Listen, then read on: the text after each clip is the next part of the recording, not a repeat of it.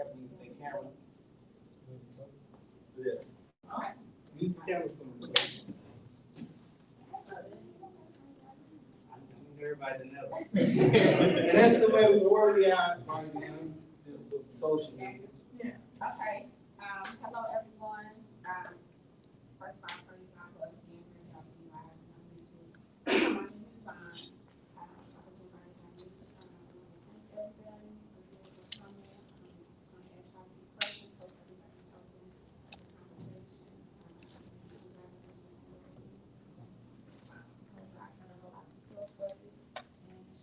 Bird for her drink. Thank you. Okay, hi, Tiffany Bird. Pretty birdie. Got my own drink, that's what I bought out. So this is, have my own RTD, which is a ready to drink cocktail. So it's in the process of getting bottled, and I also do podcasting, so I got a group on Facebook called Let's Talk, where I put like different topics, people inbox me, and I post it on there. And I used to do a live podcast like this, where I have people, get different people to, set up on a panel and ask them, different questions, and everybody will talk about it. So that's what I'm gonna try to do, is kick in with these conversations and what's going on. Good afternoon, good evening, and I am Shamika Parrish-Wright. I'm here, I wear many hats, but today I'm running for mayor, to be our mayor of Louisville. I come from the streets. I grew up in Cincinnati. I didn't grow up here, but my kids are growing up here. And so it's always important for me to be what I didn't have growing up. I understand a lot more than I can talk about on camera, but I do know that it's important that we come together and that I bring in expertise, community organizing, activism, a connection to metro government, a connection to, I work for the Bail Project professionally, so I help get people out of jail, over $12 million. We've gotten over almost 4,000 people out of jail since I started in 2018. So I help people start businesses and help them start their organizations. I do consulting work. I do a lot, but I do it because I care. I love our youth. I love our city, and I want to move our city forward. And so I think that there's a place where we all meet, where everyone wants a good life. And so I'm excited to be here to listen and to learn. Thank you. My name is Ahmed. Before I just got released, I've probably been out probably 65 days. I just served 21 years, 21 years sentence. I'm just taking a moment at a time, basically. Just trying to acclimate back into the fold of this. But at the same time, I'm kind of just being observant. I'm a citizen, so I'm just being observant of everything that's going on. So that's pretty much it. And I'm his older brother, Guy, and I'm more of what you would call a mindset maybe. So I'm heavy on positivity, redirecting thoughts, and my field, what I do as far as work, I work with MSD, so I'm big on road. I'm sure I'm working a lot. Work about 65, 70 hours a week. So, and then I also run like a landscape business on the side. I write sales proposals. Pretty much it.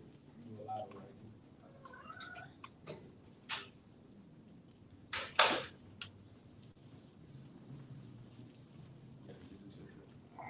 You gotta throw it out for me.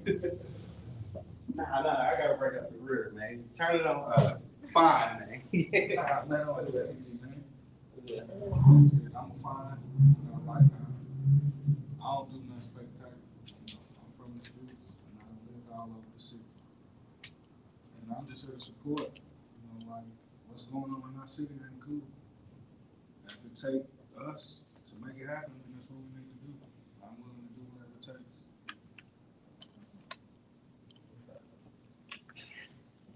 I'm Norman Parker. I come out of the Victory Park community. I do a lot of community work as far as reaching out with the youth. Do a lot of organized activities in my my neighborhood. I'm the president of my neighborhood organization, shall I say. And a lot of the work what I do has always been centered around the kids. Because I feel like if we can show the kids something better, then they'll do better. It's coming up. I led into the things that I did as a child because of what I've seen. So my whole concept with it is you can teach them and show them something better. They'll gravitate to it. And reached out to me, man. We actually been talking about doing some stuff with him. Yeah. And he reached out to me. I believe in what he's doing. And one thing I always tell him is, man, just let me know what you need me to do. He reached out to me, so I'm ready. And like you say, whatever it takes for us to do to try to turn this thing around, I'm all for it. So, I appreciate you. And that's one thing all of us have in common. I ain't telling nobody in the nothing. And I don't know nobody else. These fellas right here was the first guys I see coming off the porch. 35th and Broadway. My auntie named Vietnam. And basically, that family house turned into a crack house. But it's always been just me and only child. So I guess I'm looking for a brotherly love type deal. So I've always idolized or commended Victory Park on the structure that they had. They always, whether it was William Stevenson, you know what I'm saying, Reggie Rice, and those fellas, I'm just knowing them, but I never jumped into the cliques, the crews. I just was always running with my family, which I made to one of my good cousins up under his wing. He's actually younger than me. But that's what sparked me to call him out, him and Jab, because y'all basically raised him. Y'all know what I'm talking about. And out of all of us, he's the only one out there with stuff. Ain't got plenty of houses and money. But you being a 26 city, when he was out there, the smoke very death, you had a whole West End at 26. You know what I'm saying? And you had a lot of guys that I ran around with, whether it was Sharice, rest in peace, and a lot of them, nephew Terry Snorton was a big influence in the neighborhood. But definitely, if I think, if we had that structure, like he said, being able to talk something different, we'd have followed you. You know what I'm saying? That's where I'm at now, and I don't mind following, so I just say it to say, boss is not bangers. It's a statement, and it's not nothing that has to do with the gang at all. It's a boss because you have to carry yourself in a certain type of way to either get respect or even enduring entrepreneurship. You have to get rid of all the naysayers, and they comes with gang bangers. You're going to pretty much run with the gang bangers. So, boss is not bangers, and where we at now is that you got a lot of murders happening, and it's not about no money. If that's one thing I saw y'all get some money. And right now, it's not about that. So that's where the whole concept of squash the beef, get the money. Because at the end of the day, my perception of things, the game is going to be the game until we stop tanker trucks and dope coming in here. And then we got fentanyl, that's the yellow drug. So let's get the money. And when you usually get some money, you got something going on. You usually don't indulge in the gun violence. So I'm going to turn it over to the ladies. Can he introduce himself? Oh, definitely. Dre works with me on my campaign. He is one of my directors, but also I've been running this campaign. I got all this pink, but everything I do is for our brothers. My brother just served out 10 years. I picked him up right before the Justice for Breonna Taylor movement broke out. My father spent 40 of his 56 years in and out of prison, and I grew up seeing that, and then I ended up going to jail. And so it's always been important to me that folks know that we want to bring real change. And so we showed up, and I wanted to introduce Dre. I asked him to be here because when the Justice for Breonna Taylor movement broke out, we came together. We were co-chairs of the Kentucky Alliance Against Racist and Political Repression, along with Tyra Walker, and we came together to protect the West End, right? We said we don't want all of this protesting and things to go there because it won't be invested in the same, it won't be rebuilt the same. And Dre and the Revolutionary Black Panther Party stood in the middle of the street, directing traffic and just making sure that we're taking care of people, just like Chris Rock, who is no longer with us. All of us were down there to protect the West End. And so I wanted Dre to introduce himself. Dre Dawson, I'm with the Revolutionary Black Panther Party. I don't know if I'm talking about. I'm with the Revolutionary Black Panther Party, man. We've been about, I guess it's in our fourth or fifth year. But my father is in Felicia, I was their colleague. You might know him as Grandmaster Chuck Calvin. My two big brothers are Kali and Romeo Cross. So when it comes to, streets and being in this, I'm also trying to work to get that off my record right now. So I do a lot of work with youth. Kids got one of my students back here. Don't look at him, he's ugly. Just about doing things better. Shit, it was more than directing traffic. I mean, I literally had to, I had to literally tell 200 people they can't come to the West End. Young niggas with choppers riding on top of the car thinking that it's cool. Now we could ride our hood, and I had to tell nah, nigga, you gotta turn around. You know what I'm saying? So I definitely commend y'all what y'all doing, especially, bruh, I wouldn't have made it. The time I was locked up, I wouldn't have made it if I didn't have an OG in there, keep my head on straight, tell me that I was supposed to be here. You know what I'm saying? So that was the last time I ever saw it behind her, but it was because of that guy. So I commend you, on everything that y'all doing. So I'm just here for the conversation.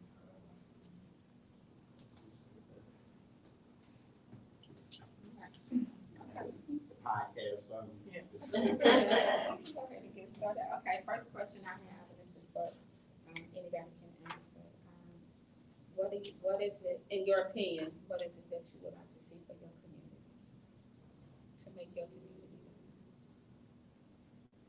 better? What I would like to see to make, all nine, because I look at the West End as being one collective, opposed to being divided, even though they all have separate names. I still see them as one, because when investments come, they don't just come to one. I mean, you might get an investment here or there, but it's really nine. It's nine neighborhoods, so when you talk about the West End, it's nine. So I would like to see the same type of investments that are for the East End, for the South End, to be for the West End. Not just closer to the east, but deeper west. Once you get past 30th, all the back, that's all, all of them, that's all I see. Spread out. That's why I'm running too, because I seen that. I lived in Hemlock and Southern.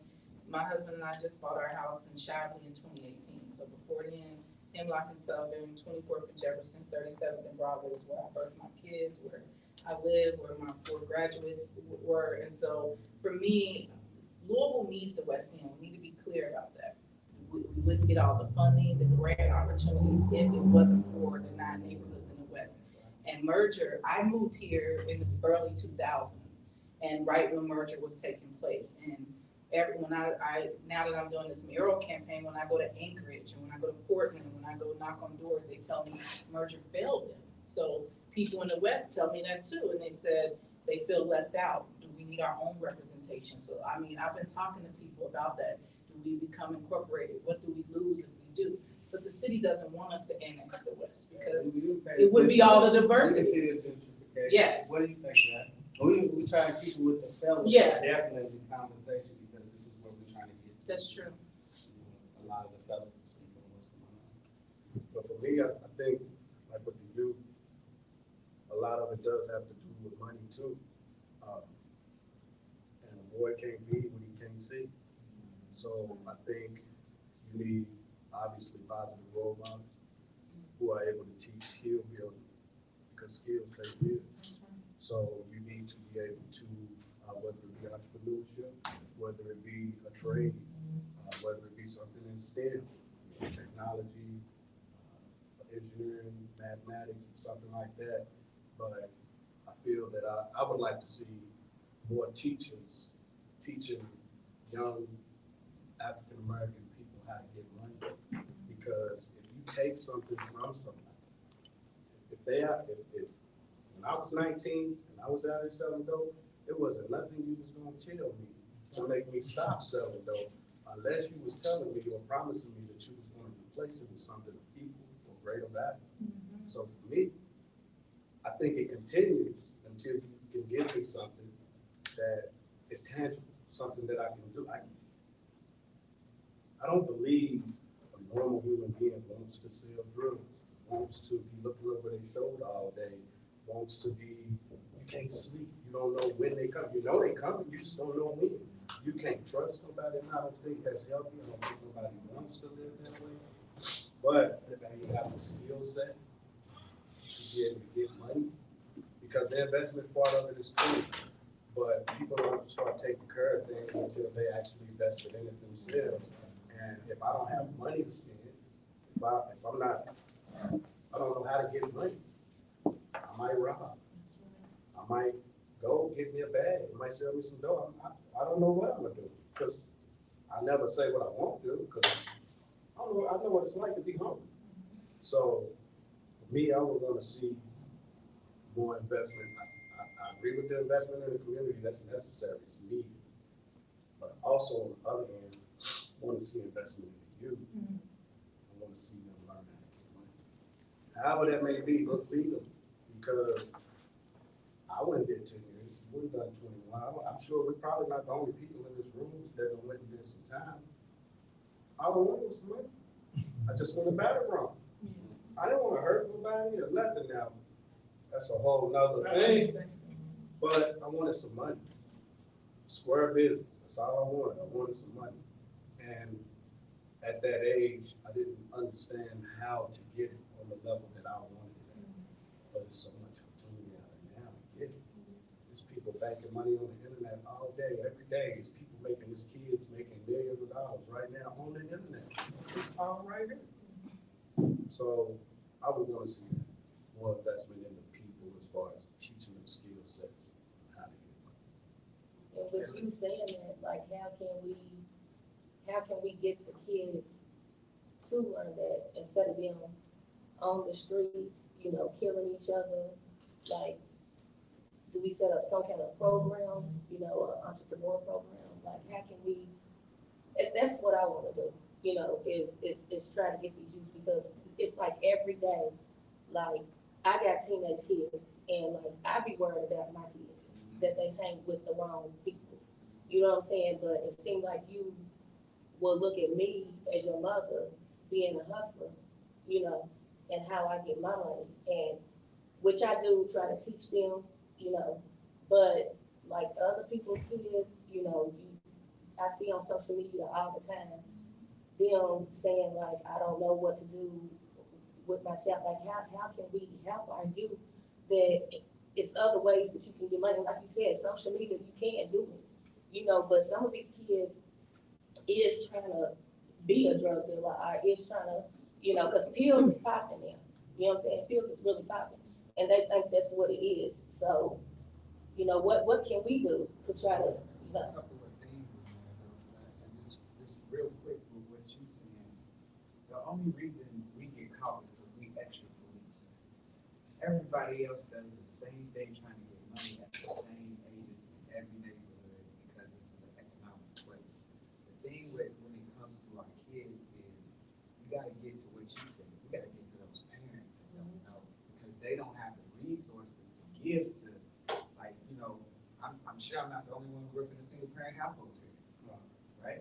You know what I'm saying? And then I'm sure I'm the only one that ended up being locked up before, right? I'm sure I'm the only one that had bad interactions with police when I really wasn't doing nothing. You see what I'm saying? So all of these ACEs, adverse childhood experiences, are what, and they're focused on us because we're the experiment all the time, right? But I don't think that's always been the problem, because we done maneuvered around all of that.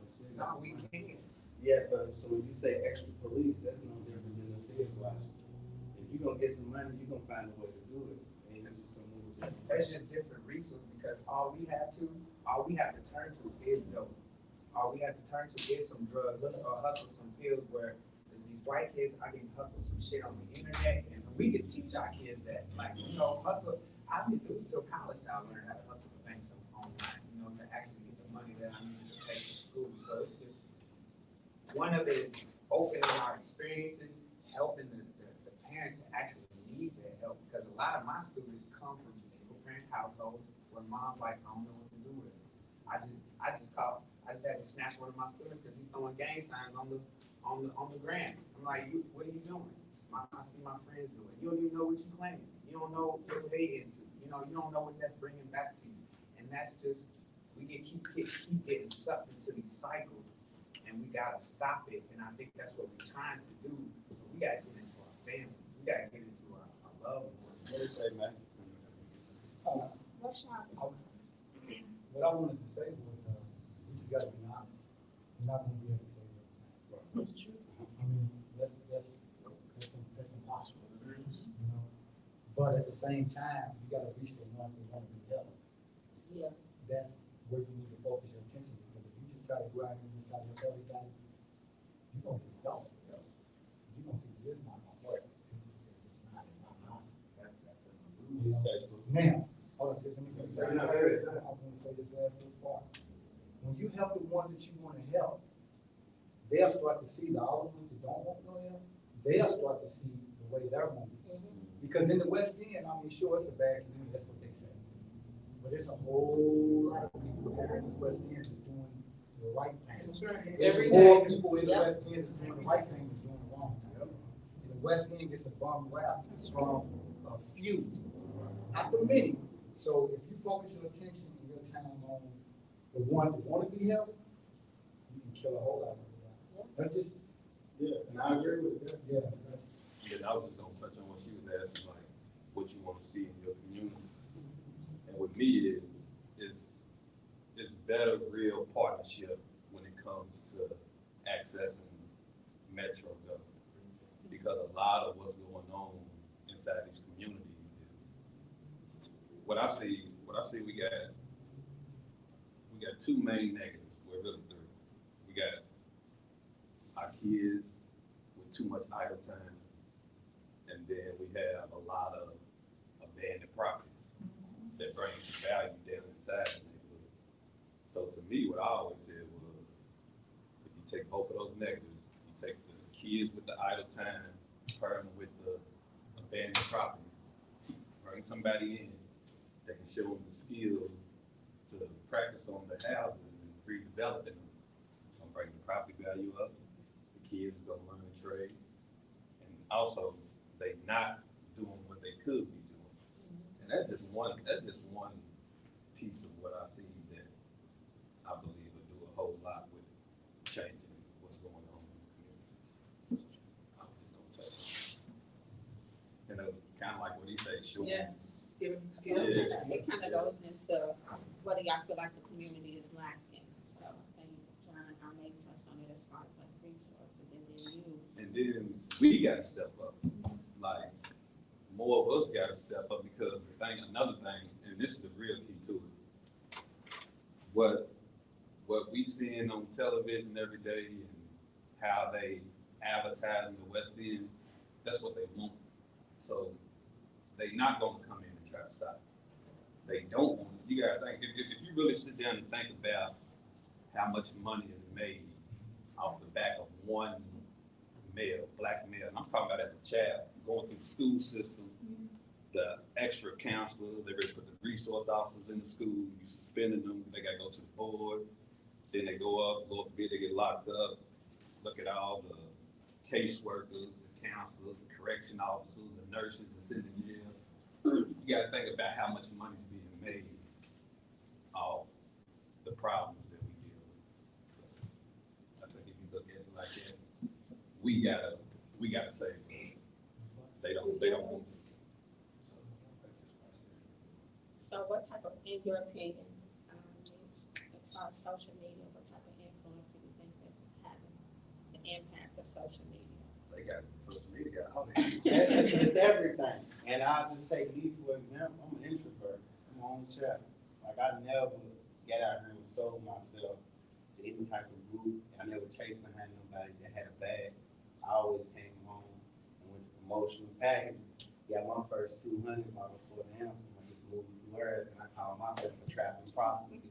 I'm a bad dope for anybody. I ain't committed to you. Like, and don't hold that to me. I'm gonna buy dope from whoever. I'm gonna go up east. I'm gonna go Victory Park. I'm gonna go anywhere. So with that being said, I did this 3 years ago.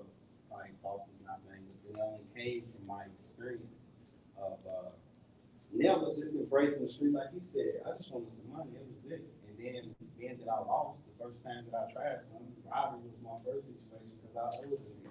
You know what I'm saying? So $5 off of 20 is what I used to get. And I only do 30. So, you know, I robbed a junkie. So with that being said, family, getting some money, I invested in getting a corner store in Portland. This is a neighborhood I never ran in, but I was able to identify with the kids in the neighborhood because they hit a train that are ball guns. So they come down with, you know, round, you know, the 100 round drums or whatever. So just talking to them and then the cars that I had outside, they assumed that I was in the dope or whatever. And I had to let them know that, like, you know, I'm trying to run this right here. I'm trying to make this happen. So with that being said, like I said, I did that 3 years ago. I would post all the positive stuff in the world. I ain't get a like, a share, or nothing. But this year, and just to go a little bit further into it, to let people know that my whole heartedness is that after losing my mother, I went through depression. So I'm vulnerable. Like I said, being honest, like I'm gonna tell them how I feel. That's scary. Like, and you know, one person in my back is gone. So I say that to say that coming out of that, I mixed what I was doing positive with my old life. Now I'm a sensation on Facebook. But with that being said, I just want people to share it. I don't care about no likes. It's your opinion on me. And once, like I said, fuck that, nobody think about me. So at the end of the day, social media is a lot of actors, to get to your point. They're writing scripts on social media. It's like they're not even cut like that. But once you build a profile and you start getting 10 likes, you ready to be more brazen on the next one. You're gonna do something just as nuts. You're gonna do the biggest gun. So you get 30 likes. Then you threatening somebody on Facebook. Then when you see them in the street, you gotta live up to that whole script that you wrote on the internet, and both y'all actors. But the last thing that I said in mind is that I'm gonna kill you. So I gotta clean it out. And until they pull the trigger or one of them's on the ground, that's when they realize, damn, I fucked up. But definitely social media, like I said, and that was my test, that was my theory. Like, we got to mix my whole life with this. And for a while, I was kind of like shunned out on certain situations, like you sit on the street. But I bought houses and I rent rooms. I get $3,400 out of a house for 7 rooms. You know, and that was my hustle. Definitely it has a major influence because it's nowadays what people think about you versus who you really are. We grew up with people for honey. That thing now is finesse. So you jumping off the porch or get killed playing with somebody. And our thing was, you know, show me what real is. And then this is doing this part too, like the streaming of the videos and things like that. It's like you gotta, like I say, they're gonna imitate what they see. Right. And just think back to when we was younger. You wouldn't dare hear the music that we heard on the radio now. Right. You wouldn't dare play that. Right. You know what I'm saying? So all of this is being marketed to these kids intentionally. And just like really sit back and think about how the videos used to be that we used to see. Like people used to really have scripts with their videos and go rent mansions and cars and the video girls and all this. Nowadays you're gonna see a SIT, you're gonna see a couple 30-round drums and 30 young niggas in the alley with ski masks on. And that's, you know, this is what's being marketed to them. So it's a coherent scheme going on with that these people have for young children. Like nothing that we see is being done just out the blue. Everything that's being done intentionally to get our kids off the street. Because the music company invests in the prison system. So they can take and get the kids that's talking about doing all the killing and all of this. It's a win-win for them. Because they went in off the back of the music and their prison investments.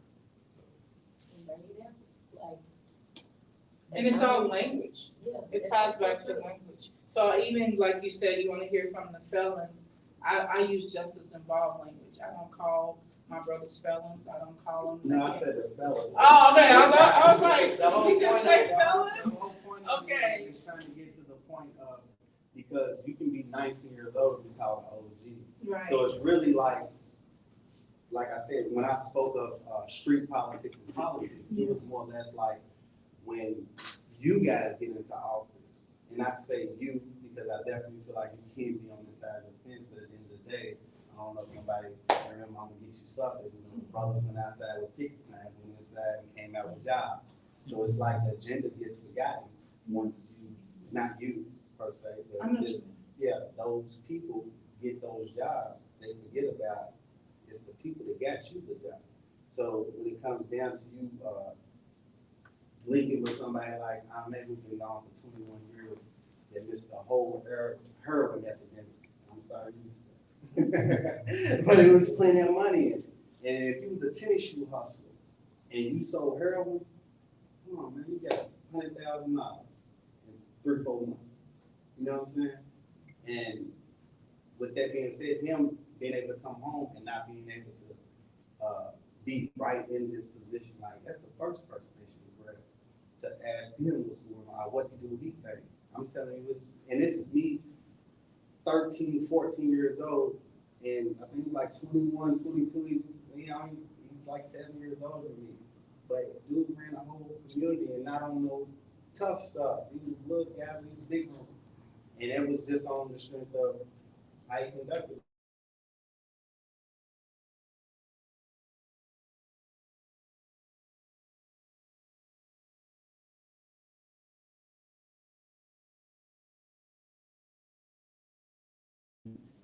But they don't, a lot of the politicians don't come from it, like directly impacted leadership, that's who I represent, so it's no faking it. I sold No, I'm drugs. not saying that. So I did all of these things, but I went, I decided to take myself on a different path. So we haven't had leadership that is like me. I came from the streets first, then I went to college and did all the other things, but we haven't had impacted leadership. So somebody like me would call on him and would employ him and not just feed off of him or use his name and likeness and build my empire on that, because that's what a lot of the elected officials are doing. They Okay, come what in. kind, since we talking politics, Okay. what would you have in place for him? So first I would have to meet him. So this is my first time meeting No, let him. me stop. And- Let me get you to the point. Okay. Because he's a street cat, official. You ain't gotta Right. assess him about nothing. What you got for him? What you doing? Like, how does he play a role in constructing his rate? Like, and this is the ego, not you. Yeah. But can you step back and let him do his job? I will step back. Because at the end of the day, like I said, some of these big organization programs based on the street guy, it doesn't work without him. Right. But it has to be assessed in a certain type of way. It has to be managed, like, he can attest to that, like, you will come and get somebody like, not you, and I'm learning my language. I just want to say what I want to say. Yeah, you'll come and get us, they will come and get us, but they want to be over it. It don't work like that. Yeah. Yeah, I wouldn't do that, bro. Like, And let me stop you on that, because it's the essence of the street also. Let me say the essence of the street is, you walk past us to go to the bus stop, you live in those neighborhoods. But did you get some money out of it? Did you, like, get some money out of it? We ain't talking, like when I said tennis shoe hustle, we ain't talking about, I don't even think you remember 300. But outside of that, I'm talking about as far as, getting some money. Okay, so just having 6 figures on your way to it, you know, whether you spend it before you get it, that type, of, not an essence of it, not because I had to watch my mom get high or other people sell dope, like you being able to maneuver through the back, those types of situations. So we been always honest. Yeah. I've never been that dude. I've always been the young OG sitting next to that dude. And so I've watched that. In the midst of that, I did my own shit, got caught up in my own stuff. And then coming back, getting out of that, right? I was trying to find a better way, hustle my way through college, got 2 felonies, they had to ship me back from Arizona. I did some shit we can talk about, you know what I'm saying? But we talking about, But I'm talking about- see what he said, I just want some money. No, that's And what just for you to say that I never was that guy, that's exempt. And not to even, but you stepping up to speak on it, this is why I say these guys. But I was that girl. And I'm running for office, so I can't say. No, I'm not talking, that's what I said. I mean, I just No, wanna be that's real what with you. I'm going back to the same. So I point. would hire him and I Okay. would have him in leadership role, but I said I wouldn't meet him on my everyday life until somebody like you or Norman introduced me to him. And then I would talk to him and say, what are your skills? What is it that you want to do? And it would be my job to find the role that fits him and not take over. I believe in creating new leadership and getting the hell out the way. So it would be no questions asked. But we all have to run in our lanes to be effective. So for me to get to where I'm at, I have to talk about my old life in a different way, right? We're on social media. And anything that I say will be used against me. And then you don't have a leader like me in that position. See what I mean? Yeah. But also the people who've been in these situations, which a lot of Black women do have held up, not just when somebody's in jail, but when they getting that money too, right? And so a lot of times we've had to be in those roles to negotiate, to complete the deals, to make sure it happens, to make sure you on your game. So we have a lot of value that we can't always express. So we put ourselves in different roles. We become entrepreneurs, we become teachers, we become all these other things. But what I want is our young people to see those different roles. They just don't see it. So there's a way to do it and do it right. And that's what I like about this. This is about bringing everybody to the table and bringing your skills and your value. What the current government don't see as value, we do. And it's just like, it's all by design. They don't want to see your value, so they want to make money off of you. So I'm trying to come in there and change that. But hell yeah, he would have That's a how job. I hate to correct you. I mean, Norman know me, Yeah, like, and that's the past, right? Yeah, like I've worked with Shamika in the past. She is one of those ones that you want in that position. You know what I'm saying? Because she comes from it too. She comes from it so she can speak to it and she knows when she sees it. And just And that's the whole point of this. yeah, the Just work like that you I've said, done he with just our- vouched for you. Okay. I want him to vouch for me. Yeah. He can vouch for me. He can vouch, and this There's is a whole lot of how them I we. won't vouch for. Yeah, right. So that's more or less how we bridge that gap and Right. get those parents involved because, they know your mom, your uncles, they probably put them on. You know what I'm saying? So with that being said, we just have that street influence that's nobody with a structured program can come in and conduct. It has to come from somebody saying, she's good. And just like, that's where I wanna be at with him, or anybody else with him, like, they not on it, like, let them do it. And that's how the younger generation see that all of us came from a different track and see like, okay, but there's no way at 14 I would have called nobody OG and they're 2-3 years older than me because they had a little bit more money. You don't know nothing. Tammy, you want to say something? Yeah, I just wanted to chime on. I just You want can to chime chime on just a couple of things. The first thing is when you talk about the politicians, people running for different seats. I'm just a firm believer that you just gotta be who you are. Yeah. Been knocking on doors since November, talking to people. And it's the people that put you in the seat. So when you're talking to them, it doesn't matter to me, okay? What your past is, whatever it is what it is. I don't care if I was up here in the East End selling more dope than enough.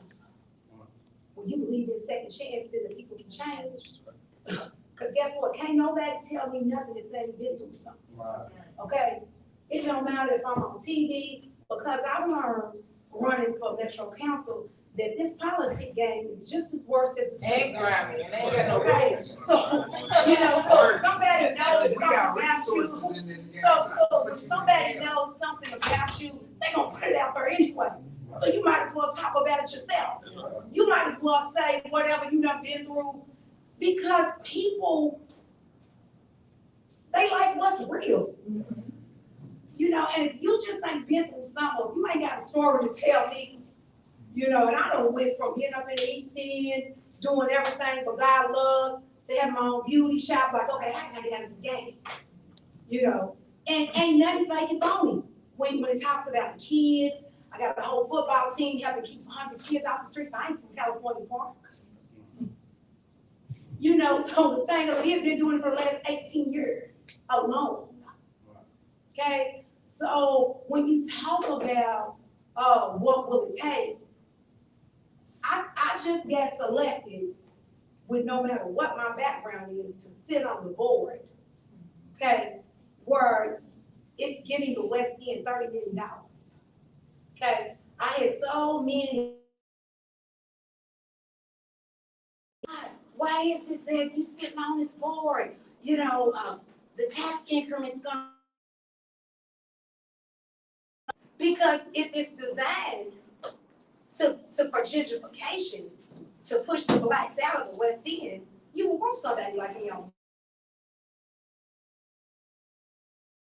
You want to talk about, you know, what can politicians do to give people like yourself, you know, and just different ways to take what they've been through. Okay, you give them that platform. You give them the platform. It's there. Suggest, you know, getting a 501c3 because everybody else is getting one. You know, and you're going around talking to schools, talking to kids, because it's a lot of them. And guess what? It's $30 million that they can get to the West End. And I sit on that board. And I'm very confident that I'm going to win my seat. And I've been talking to so many people in the community that it is ridiculous. And I just think that this platform is great. That seat, I'd definitely be willing to work with Shamika if she gets a seat or whatever. And even if it's not Shamika, I'm sure she'll be willing to come along and help. And whoever gets in that seat, we can always set up a meeting with them in a platform like this. So that's all I want to say, because I come from the streets. Most definitely. Okay, good conversation. Okay, with that being said, men, do you think it's hard for a man to lead or follow a vote? Is it hard for a man to follow? A man Right. or a male? Good question, because it is a difference between is it harder for an upscale, from an upscale, a man? Because a male can be, you know, a boy. I believe a man will follow another man with his ideas on par with what that man's trying to do.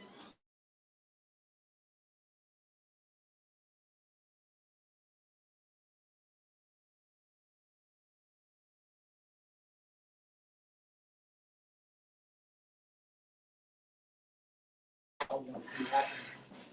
I thought, Yeah, I think. Man, look what we doing here. To us, and so we come in and support him. Like you say, it's a man following another man. If he wasn't who he was, I'm pretty sure would nothing be right. So it's just, you know, it's just about the person. You know, like you say, it's a difference between a man and a male. And so a man, I don't think a man got a problem following no. As long as the morals and principles or the ideas align with my goals, because everybody wants to know what's in it for me. So if it's aligned with where I'm trying to go, or if it's inspiring me to go where he's going, I'm not too big to follow somebody if I didn't have a recognized path for my life and what I want. And if that path appears destination where I want to be, probably. And I've been saying, idolizing these fellas since I've been younger, and I hate to put a man on the spot, but black, like I was locked up from when I was 18. I was 18 for 2 months. 2 months. But to do time with somebody who experienced paying bills at 18, 19, 20, 21, I just conceived kids and went to penitentiary. So I was I kind of had to make those decisions. I kind of know, and like I keep throwing y'all out because David Robinson, y'all being at Sid's house, us being next door, y'all was the first ones I see that get it and didn't manage sharing it. So I saw that example. So for me to go to penitentiary, see all these older dudes who's talking about being better criminals than coming out. Man, I remember back in the late '80s, boys, and like I couldn't listen to them. But when somebody like him came through, I know that he watched guys like this because we both come from the same era. So it was more so like I paid attention to a lot of his stories. So when I did come back outside to get my second chance, like I said, from 18 to 22, it was a lot of the conversations that we had. You know, well, actually the time we ran into each other, I had been on PV, so I came right back. So it was like I never really got out. I don't know how long you was out for you went back in one time. Not long at all. So it's like, yeah. So everything that I do is definitely.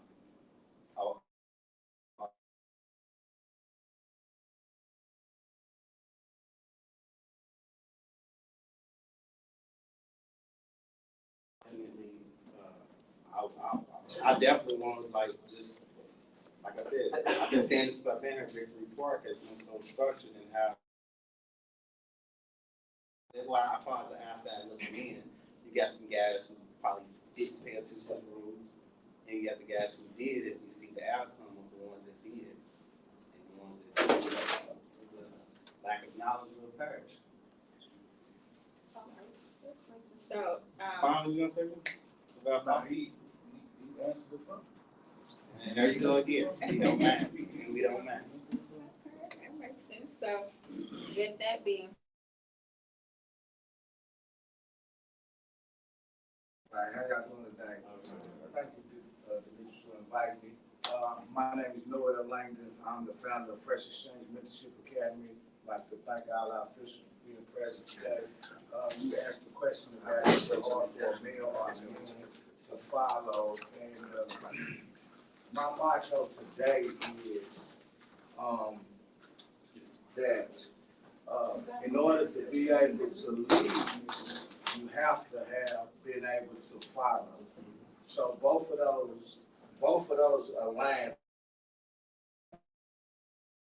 In, let's say for instance, a leadership role, when something that I chose or path for my life, and then I also am in a following role for someone that's have authority over me that I would want to follow because of their lifestyle, because of what they're doing. Most important, I believe, whoever we are attempting to follow, it's not just by word but by deed. You know, so we can say that, you know, I can't live a double life no more. And this is me personally. I've been from everywhere. We all been crawled out from underneath rocks. No matter how much success you have in doing something wrong, there's still blood held on your hands. And that's me personally. And I was recalling some things that I had went through, and I knew that some people had suffered great loss by some things that I did, and I really broke in and had a real spiritual moment. You know, it was a real growth thing for me. So as we sit here at this panel and think about moving forward and how we'll begin to do that, and we're talking about kids, the influence of music, the influence of television. It's so rough right now. I can't sit my 3-year-old in front of Blue's Clues because Blue's Clues is pushing an agenda also. You see what I'm saying? So as an adult, and as a parent, and as someone concerned about everything that's going on, and I don't want to be afraid because our young people are in such a state that I feel like they're not approachable. I feel like they're not gonna listen. It don't really have nothing to do with what I feel. It's the safety and the protection of our youth because they gonna grow up to be sitting in a room like this saying things that we implanted in them thinking. So just when we talking about following and leading, I just believe that we, like he said, you know, because of Demetrius, he invited me to this meeting, and I showed up a little late. Apologize for that, but I'm here nevertheless because of respect for what he's doing. Quick story, Demetrius, if you don't mind. I had our fair with my kids at the Parkland Fair we had over, and that's my neighborhood, historic Parkland area, 28th Street, out of Doomville. And we seen Demetrius out there, he had his little necklaces, and he was flying around. And we was like, my kids was like, what is he doing, Daddy? What is he doing? I said, well, let's go see what he's going to say. Hey, man, I'm not.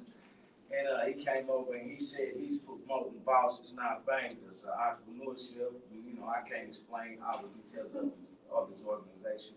But what he said was he wanted to support our kids to be bosses and not bangers. So, you know, I said, hey, man, that's what I want. He said, here, you can have one, Gave all my kids their little necklaces, and they ran around the house with them for weeks until they lost them. But, you know, and that's what I believe we need in our community is that in order to be unified, like he said, if your goals line up, I don't have to come up with the idea. It don't have to be my idea. I don't have to be so prideful to believe that I'm the only one that can do some good in our community. And I'll say this and I'll be quiet. Tammy, thank you very much for saying that you're supporting the football leagues in California. You got those teams and all that. But let's just remember, I heard you say this words, and you didn't have no support. You said I was alone. And right now, that's where I am. I'm alone doing what I'm doing, but I have support of people, and we networking and we coming together.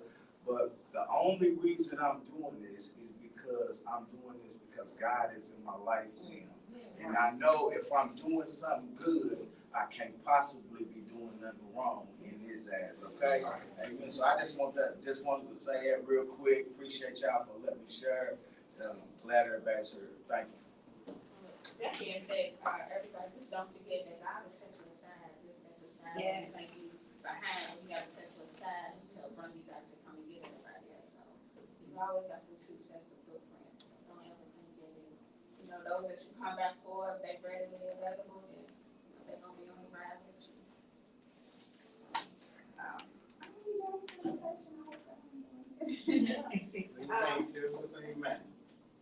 Tiffany was sold out because she's like, wait a minute, you see all these from different neighborhoods. Are you sure everybody got along?